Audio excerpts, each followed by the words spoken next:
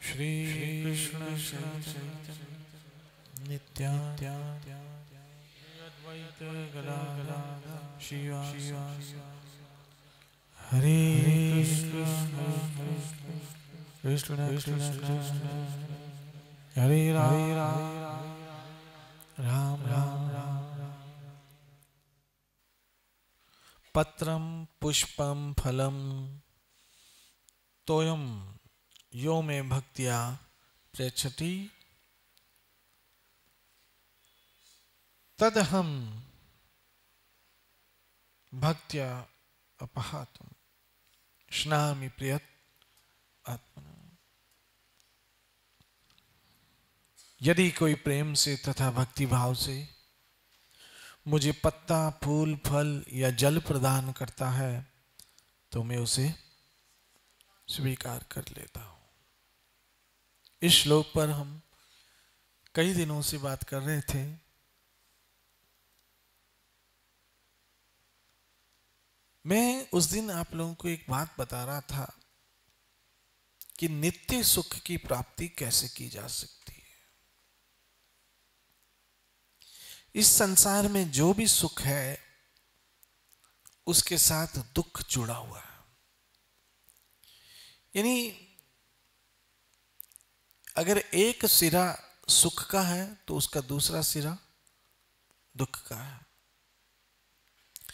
या जिससे सिक्के के दो पासे होते हैं, अगर एक पे सुख है तो दूसरे पे दुख है। इसी तरह से आईना ले लीजिए, उस पे एक तरफ चमक है तो दूसरी तरफ अंधेरा है। आप मुझे बताइए कि हम जब आईना लाते हैं तो क्या सोच के लाते हैं, चमक की अंधेरा? जी, चमक लाते हैं, लेकिन अंधेरा उसकी तरफ खुद ही आ जाता है। बिल्कुल इसी तरह से इस संसार में जो भी सुख है उसके साथ अवश्य कहीं ना कहीं दुख जुड़ा हुआ है। और सुख का मतलब क्या है? हर एक के नजदीक अलग अलग सुख है। सुख का मतलब हुआ जो हमें दुख है वो मिट जाए तो उसका रिएक्शन क्या होगा? सुख का होगा। जो हमें दुख है वो मिट जाए तो उसका रिएक्शन क्या आएगा? सुख का। लेकिन दुख तो कभी मिटने वाला है ही नहीं। दुख तो कभी मिटने वाला है ही नहीं। दुख का नाम बदल जाता है, दुख का रूप बदल जाता है, दुख की शक्ल सूरत बदल जाती है, लेकिन दुख तो दुख ही रहता है। जैसे एक उदाहरण दूं, ये मैं कई बार दे चुका हूं कि जब इंसान गरीब होता है, बिल्कुल उसके पास कोई वाहन इस प्रकार का कोई साधन नहीं होता है, तो बेचारा नौकरी धंधा बिजनेस ढूंढने के लिए कैसे चलता है? पैदल चलता है।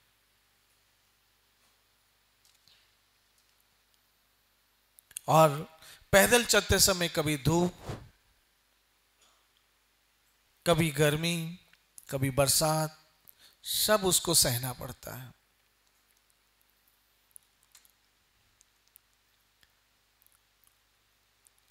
ऐसे करते करते करते करते उसके पास एक पुरानी बाइक आ जाती है, स्कूटर आ जाती है, वो बड़ा खुश हो जाता है। वाह वाह, हमने क्या की? प्रगति ली।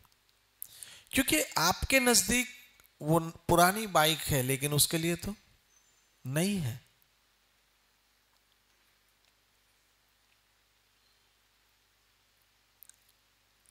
जब हम कुछ चीज बेचते हैं तो वो हमारे लिए पुरानी होती है, लेकिन लेने वाले के लिए वो नई होती है।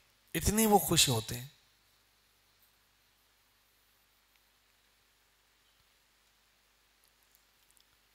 बेचने वाले के लिए पुरानी हो सकती है, लेकिन खरीदने वाले के लिए तो नहीं है, उसको उतनी ही खुशी होती है।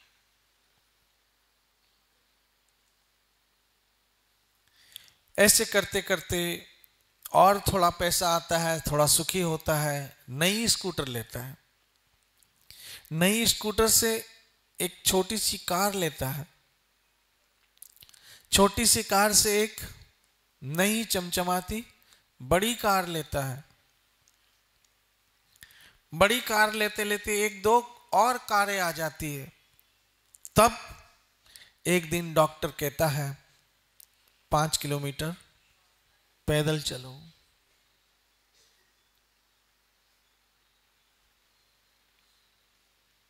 देखा आपने, जहां से चला था, बोलो ना, वहीं पे आ गया। गरीबी में भी पैदल चलता था और आज करोड़ों रुपए आ गए तब भी पैदल ही चल रहा है।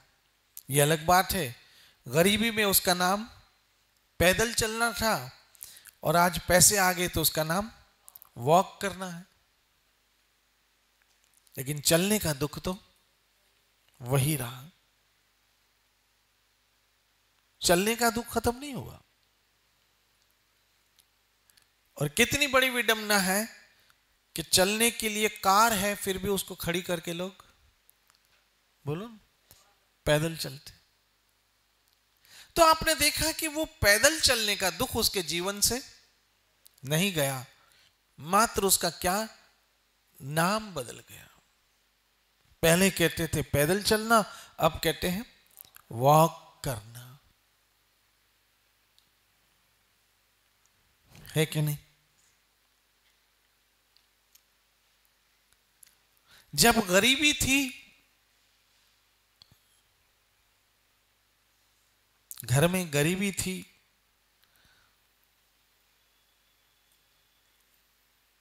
तो घर वालों को, बच्चों को कहते थे थोड़ा संभाल के चलना, राशन संभाल के चलाना। इसलिए भूख अगर 4 चपाती की होती थी तो 2 ही खा के खुश हो जाते थे। गरीबी है। घी संभाल के चलाओ, इसलिए सब्जी कैसी होती थी? सूखी सूखी, पानी जैसी। क्योंकि क्या थी? गरीबी थी। इसलिए भूख होती 4 चपाती की, खा लेते 2 चपाती। पराठे का तो कभी नाम भी नहीं लेते, सपने देखते खाली पराठों के।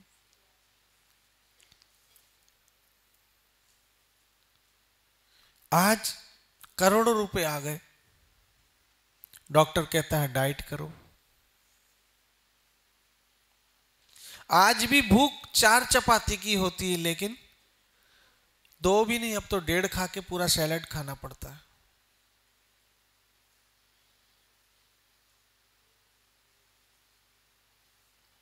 गरीबी में जैसे बिना घी के खाते थे, आज करोड़ों रुपए आकर भी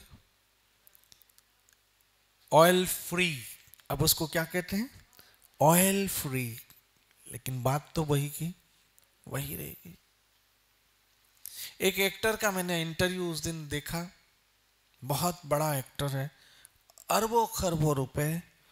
उसका कहना था कि समोसे खाए मुझे कई बरस हो गए, मैंने समोसा नहीं खाया। चावल तो मेरे जीवन में है ही नहीं।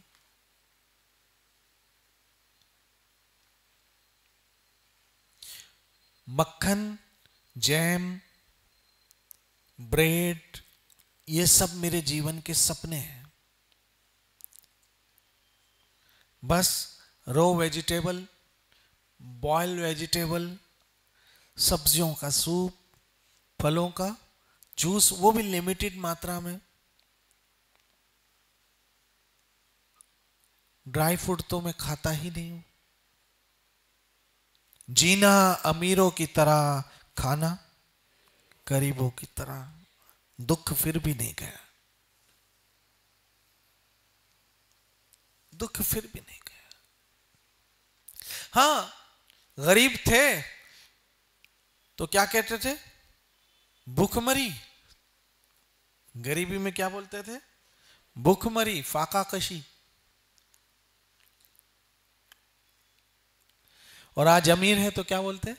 डाइटिंग। दुख तो वही का वही रहा। ना पैदल चलने का दुख गया, ना कम खाने का दुख गया। और एक बात बताऊं, आदमी के पास न हो और वो न खा सके तो इतना दुख नहीं होता है, और अगर हो और न खा सके तो बहुत दुख होता है। ये सब समझने की बातें हैं।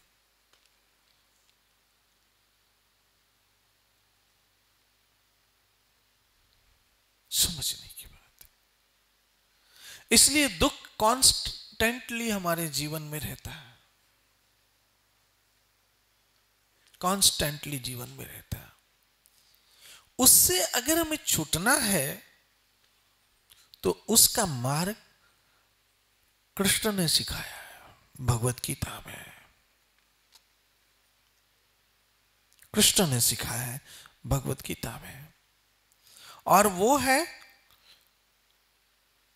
भक्ति, भजन, कीर्तन, शरणागति। और उसी का एक साधन है ये पत्रम पुष्पम फलम तोयम। आप शिकायत नहीं कर सकते हैं कि भक्ति मात्र अमीर लोगों का ही काम है। यहां तो पत्ता ही मांग लिया है कृष्ण ने, फूल ही मांग लिया है कृष्ण ने, फल ही मांग लिया है कृष्ण ने, जल ही मांग लिया है कृष्ण ने।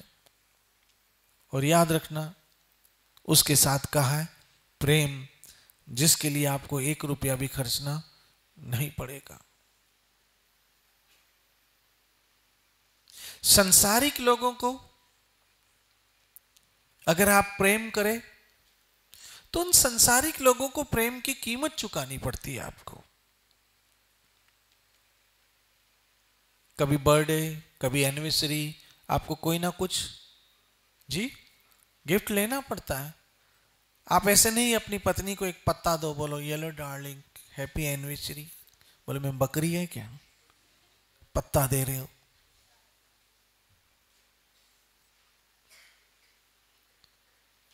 आप अपने पति को नहीं कह सकते हो डार्लिंग हैप्पी एनिवर्सरी, ये पानी पियो। कुछ ना कुछ कीमत चुकानी पड़ती है प्रेम का प्रदर्शन करने के लिए। लेकिन कृष्ण क्या मांग रहे हैं जो दूसरे लेने को तैयार नहीं है? पत्ता, फल, फूल, जल। क्यों? कि जो आप दे रहे हो कृष्ण उसको नहीं देखते हैं, किस नीयत से देख रहे हो कृष्ण उसको देखते हैं।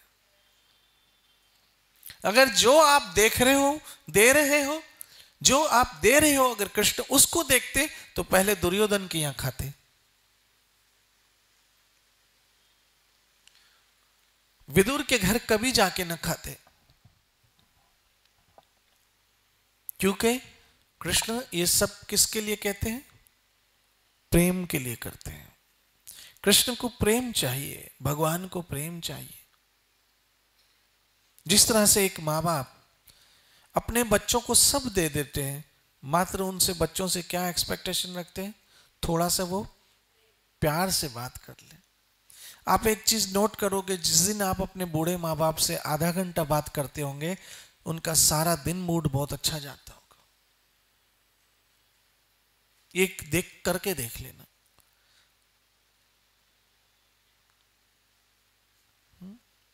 हम उल्टा करते हैं। बचपन में हमारे माँ बाप हमको कितने जिद से खिलाते थे, और कभी कभी तो प्लेट लेके हमारे पीछे दौड़ते थे, और खाते हम और खुशी उनको होती। क्या अगर हम बुढ़ापे में अपने माँ बाप के पीछे ऐसे प्लेट लेके दौड़े तो वो कितने खुश होंगे? खा लो खा लो खा लो। खा लो खा लो खा लो। जैसे वो हमारे पीछे बचपन में प्लेटें लेके दौड़ते थे, खाना लेके दौड़ते थे, दूध का गिलास लेके दौड़ते थे,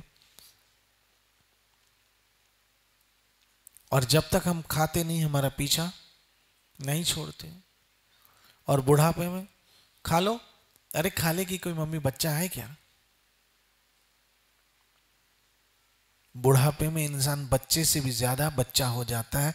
उसको जवानों की जरूरत होती है ध्यान रखने की, केयर करने की। जैसे हम चाहते थे कि हमारे माँ बाप बचपन में हमारे पास ही रहे, ऐसे वो भी चाहते कि हमारे बच्चे भी हमारे पास रहे, लेकिन ऐसा होता नहीं। इसलिए नित्य सुख चाहते हो, यहां से हमेशा ऐसा दुख बार बार न आए, तो हमें श्री कृष्ण की श्री चरणों का आश्रय लेकर अपने जीवन को धन्य करना पड़ेगा। उसके लिए कृष्ण कहते हैं मुझे कुछ नहीं चाहिए भाई तुम्हारा, तुम्हारे पास फल है? आपने कहा नहीं फल तो नहीं है, महंगे हैं। फूल है? बोला हमारे पास कोई गार्डन ही नहीं है, वहां पर सब लोग वॉक करने जाते हैं, सब फूल तोड़ डाले। पत्ते? बोला नहीं पत्ते भी नहीं है। अरे पानी तो है, नहीं तो मर जाओगे तुम, वही मुझे अर्पण कर दो जो पीते हो। लेकिन शर्त क्या है? प्रेम से। प्रेम सबसे ऊंची, प्रेम सगाई, प्रेम के वश अर्जुन रथा क्यों भूल गयो ठकुराई। सबसे ऊंची प्रेम सगाई, प्रेम सगाई, प्रेम सगाई। उस प्रेम का अद्भुत आनंद है। भले ही आपके पास 2-3 कारें हो, लेकिन जब आपकी बेटी या आपका बेटा आपको कहे कि बाइक पे बैठोगे और वो चला रहे होंगे, तो मैं समझता हूं आपको उस कार से ज्यादा खुशी हो रही होगी। क्यों?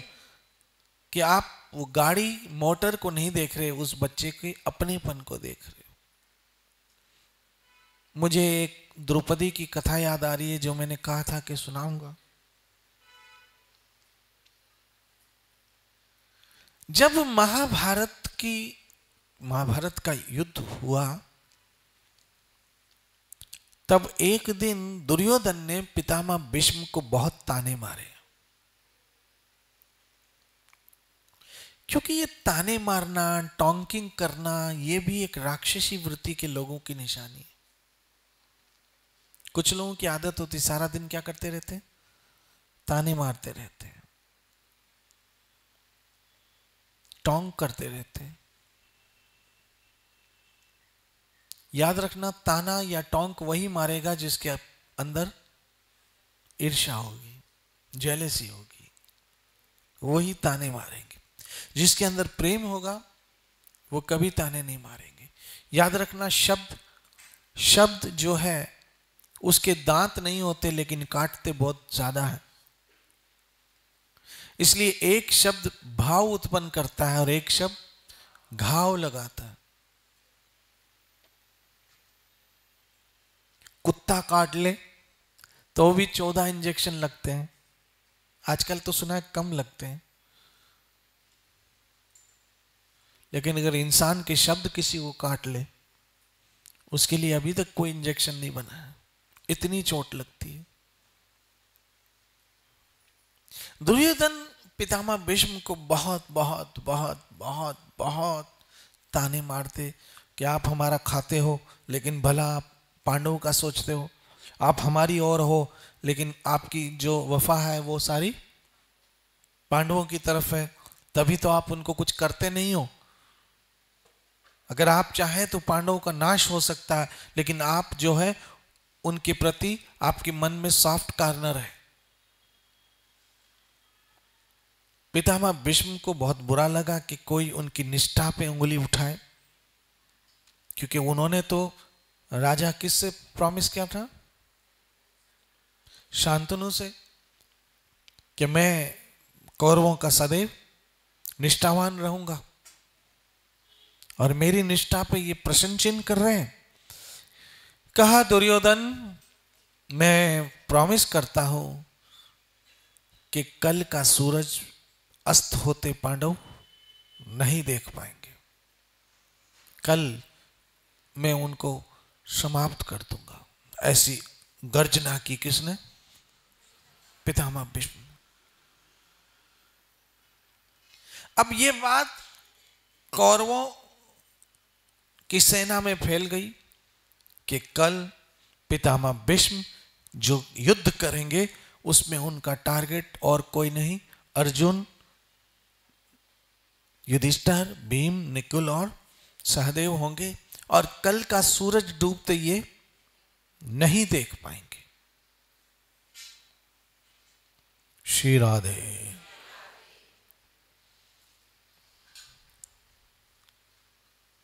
ये बात पांडवों तक पहुंच गई, और पांडवों को पता था कि भीष्म पितामह जो कहते हैं वो करके दिखाएंगे, और अगर वो चाहे तो हम पांचों उनके सामने नहीं टिक पाएंगे। जब शाम हुई, युद्ध का विराम हुआ, तब अर्जुन बहुत उदास, युधिष्ठिर बहुत उदास, भीमसेन बहुत उदास, और सभी उदास, और सबके चेहरे मुरझाए हुए हैं। भगवान श्री कृष्ण ने देखा कि ये तो बहुत ही दुखी और उदास लगते हैं।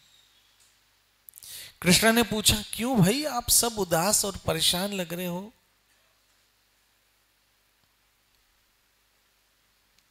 कहा, आपने सुना नहीं गोविंद,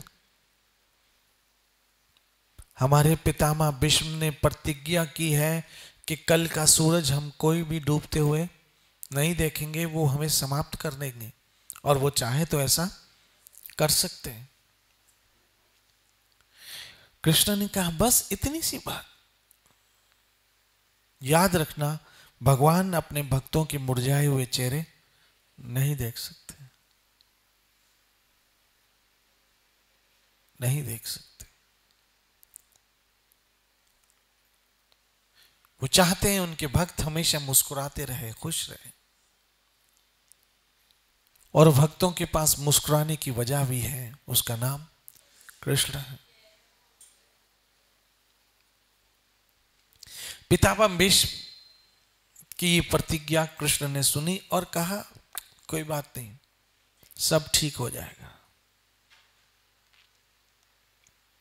मैं हूं ना, ठीक हो जाएगा।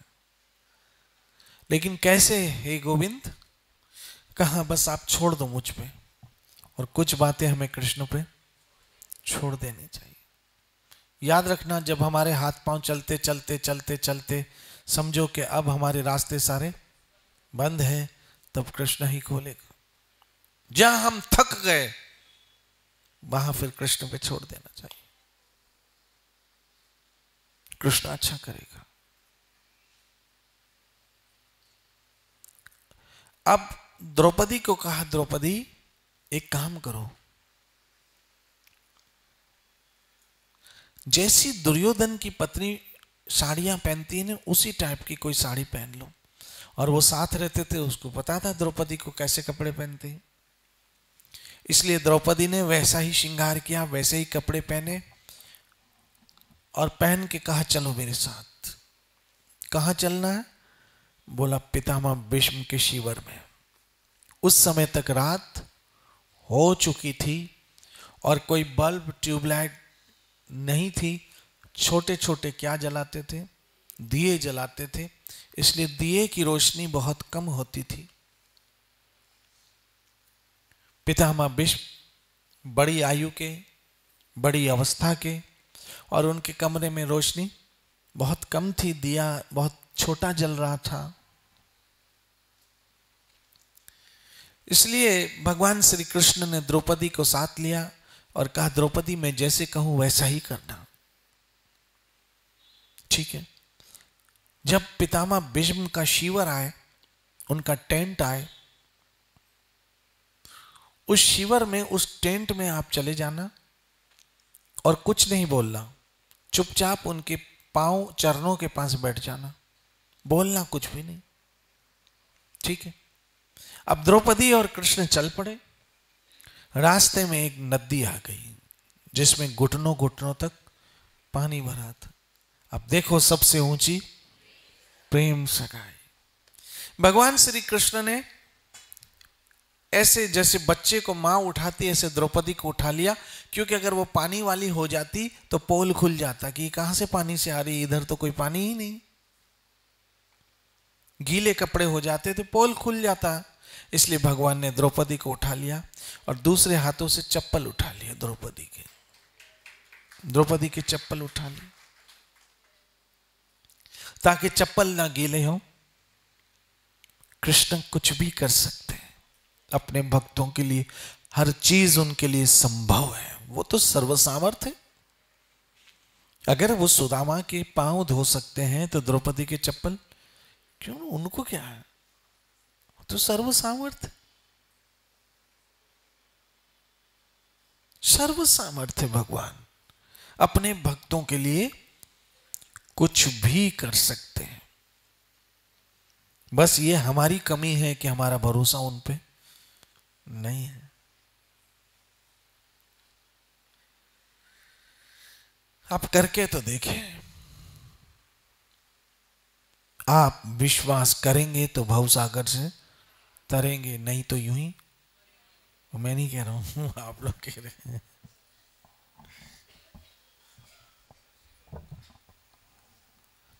अब नदी से बाहर निकल गए। नदी से बाहर निकलकर भगवान ने द्रौपदी को उतारा नीचे और चप्पल पहना दी। अब का जाम सामने पितामह भीष्म का शिविर है।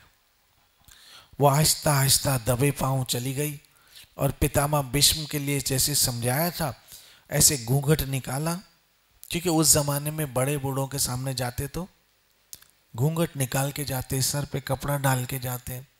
अभी तो कुछ है ही नहीं, तो डालेंगे क्या। इस तरह से करते थे। सर पे दुपट्टा और घूंघट ओढ़ दिया द्रौपदी ने, जिससे उनका मुंह, उनका चेहरा नहीं दिख रहा था। जैसे ही पितामह भीष्म के कमरे में गई और बैठ गई, पितामह भीष्म को लगा दुर्योधन की पत्नी आई है, क्योंकि उस समय बहुत अंधेरा था, रोशनी बहुत कम थी और पितामह भीष्म सारे दिन के थके हुए थे। इस तरह से पितामह भीष्म ने समझा कौन आई, दुर्योधन की पत्नी आई। पितामह भीष्म ने कहा, बेटा इस समय, इस रात को, द्रौपदी को कृष्ण ने कहा था कुछ नहीं बोलना, नहीं तो आवाज से पहचान जाओगी।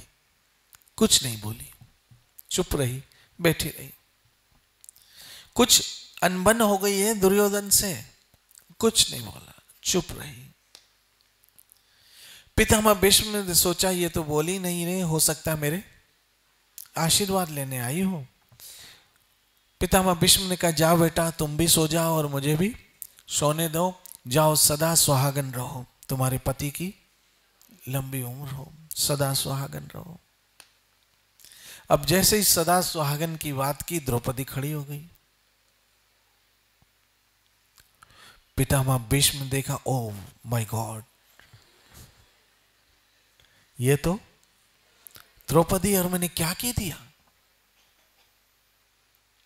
और पहले जमाने के लोग जो कहते थे उससे हिलते नहीं थे। आज तो लोग कसमें खा के भी हिल जाते हैं।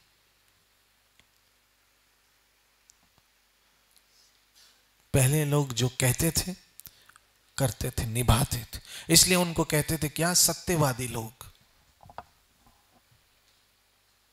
आज तो यहां पर कुछ बोलते फिर बोलते मैंने ऐसे बोला ही नहीं, मैंने ऐसे किया ही नहीं। और कसम भी किसकी खाएंगे पता है, हमारी, तुम्हारी कसम, मैंने ऐसे कुछ नहीं बोला। ये सच्ची बात बता रहा, कसम भी उसी की खाएंगे, सामने वाले की, अपनी भी नहीं खाएंगे, सामने वाले की, तुम्हारी कसम बस। ये अभी कलयुग चल रहा है। वो सत्यवादी लोग अपने निष्ठा से हिलते बिल्कुल नहीं थे।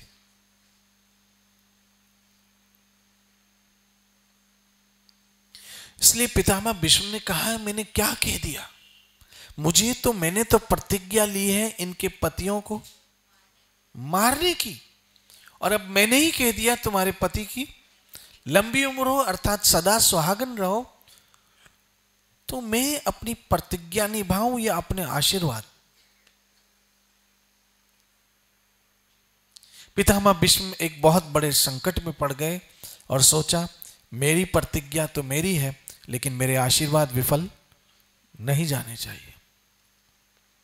द्रौपदी, तुमने मेरी सारी प्लानिंग फ्लॉप कर दी।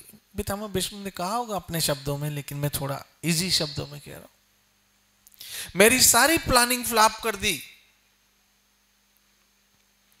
लेकिन द्रौपदी, ये तुम्हारे पांडवों की अकल नहीं है, ये किसी और का दिमाग चल रहा है।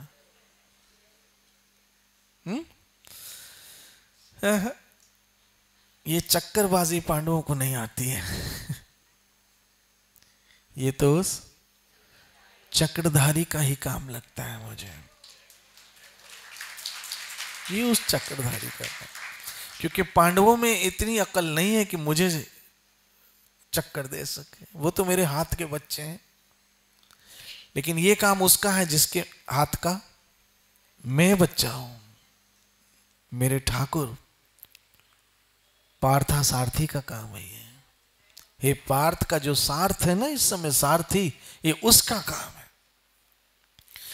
लेकिन गोविंद, मैं भी चैलेंज करता हूं, आपने मेरी प्रतिज्ञा तोड़वाई है ना, तो मैं भी छोड़ने वाला नहीं हूं, आपकी भी प्रतिज्ञा तोड़वाऊंगा। अब भगवान से कोई उसकी प्रतिज्ञा तोड़वा सकता है? वो तो सर्व सामर्थ है। ऐसे शू करे सामने वाला उड़ जाए, बल्कि उनको शू करने की जरूरत भी नहीं है, संकल्प से ही उड़ जाए। लेकिन जब दूसरे दिन का युद्ध हुआ,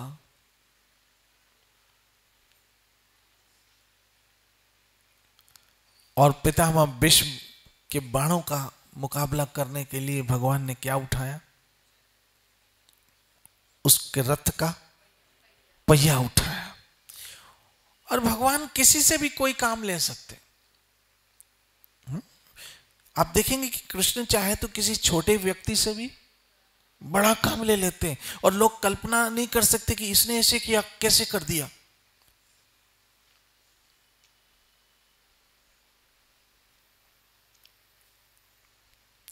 कृष्ण चाहे तो किसी छोटी व्यक्ति से भी बहुत बड़ा काम करवा सकते हैं।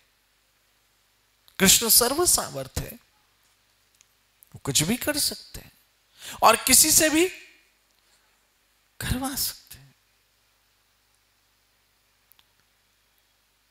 देखिए ना, एक आदमी फुटपाथ पे बैठा बैठा पथारा लगाता है, और वो पथारे लगाते लगाते बड़ा शोरूम खोल लेता है। किसने करवाया? आप कहेंगे उसने मेहनत की, तो ऐसी मेहनत तो 10 लोग और भी करते होंगे।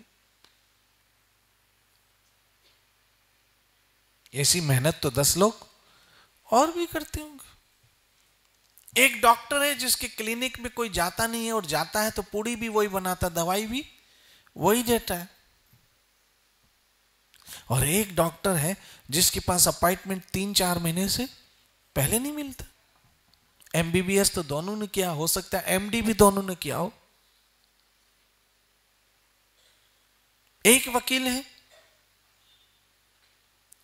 जिसके पास कोई नहीं जाता है, वो नोटरी करके गुजारा करता है, स्टैंप लगा के गुजारा, और एक की हेयरिंग, एक हेयरिंग के लिए 10-10 लाख रुपए लेते। एलएलबी तो दोनों ने किया। ये तो मेरा हरि कब किस पे कैसी कृपा कर दे और किससे क्या काम ले ले, कौन जानता है? कौन जानता है? हाँ, नीच को ऊंच करे मेरो गोविंद, काहे को न डरे। वो कुछ भी कर सकता है। कृष्ण सर्व सामर्थ्य है भगवान, सर्व सामर्थ्य भगवान। किसी छोटे आदमी से भी बहुत बड़ा काम ले सकता है वो। और लोग अचंभित हो जाते कि इसने ये कैसे कर दिया। अरे उसने नहीं किया है, उससे किसी ने करवाया है। उसका दम होता तो ऐसे तो हजारों घूमते हैं, कईयों ने कर लिया होता।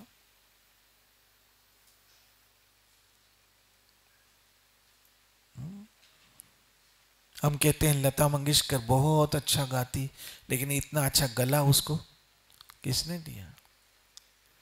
फलाना क्रिकेटर बहुत जबरदस्त खेलता है, ये खेलने का टैलेंट किसने दिया। अगर अपने बस की बात होती तो कोई सभी बन जाते हैं। ऐसे ही भगवान ने पहिए से किसका काम ले लिया, सुदर्शन का, और पितामह भीष्म पे प्रहार करने के लिए दौड़े। और जैसे ही कृष्ण ने पहिया उठाया और प्रहार करने के लिए दौड़े, पितामह भीष्म ने हथियार फेंक दिए, हाथ जोड़ के कहा, गोविंद आपकी बड़ी मेहरबानी, मेरे सफेद बालों की इज्जत रख ली। मैंने कहा था ना कि मैं भी उनकी प्रतिज्ञा तोड़वाऊंगा। कृष्ण आपकी बड़ी मेहरबानी है, आपने इस बूढ़े की लाज रखी, मेरे शब्दों को रख लिया, आपने अपनी प्रतिज्ञा तोड़ी, हथियार उठाया खाली मेरे शब्दों का मान रखने के लिए। क्योंकि मैंने कहा था कि कल मैं भी कृष्ण की प्रतिज्ञा तोड़वाऊंगा। आप चाहते हैं तो कुछ नहीं होता, लेकिन आपने अपना मान टल जाए, अपने भक्त का मान टलते नहीं देखा। हे प्रभु, आपने अपनी प्रतिज्ञा तोड़ दी मेरे शब्दों का मान रखने के लिए, मेरे शब्दों का मान रखने के लिए आपने अपनी प्रतिज्ञा तोड़ दी। प्रभु आपसे महान और कौन हो सकता है। श्री राधे, आपसे महान कौन हो सकता है। आपने अपने प्रतिज्ञा तोड़ दी मात्र मेरे शब्दों का मान रखने के लिए। सबसे ऊंची प्रेम से, इसी प्रेम से तो कृष्ण कहते, पत्ते फल फूल जल मुझे अर्पण कर दो, मैं बहुत खुश हो जाता हूं।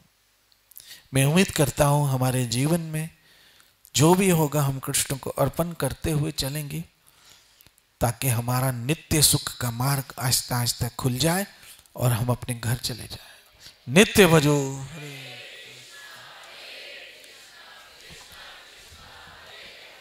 हरे राम, श्री श्री राधा वृंदावन चंद्र बिहारी लाल निताय गौर। जय जय श्री राधे, जय जय श्री राधे, जय जय श्री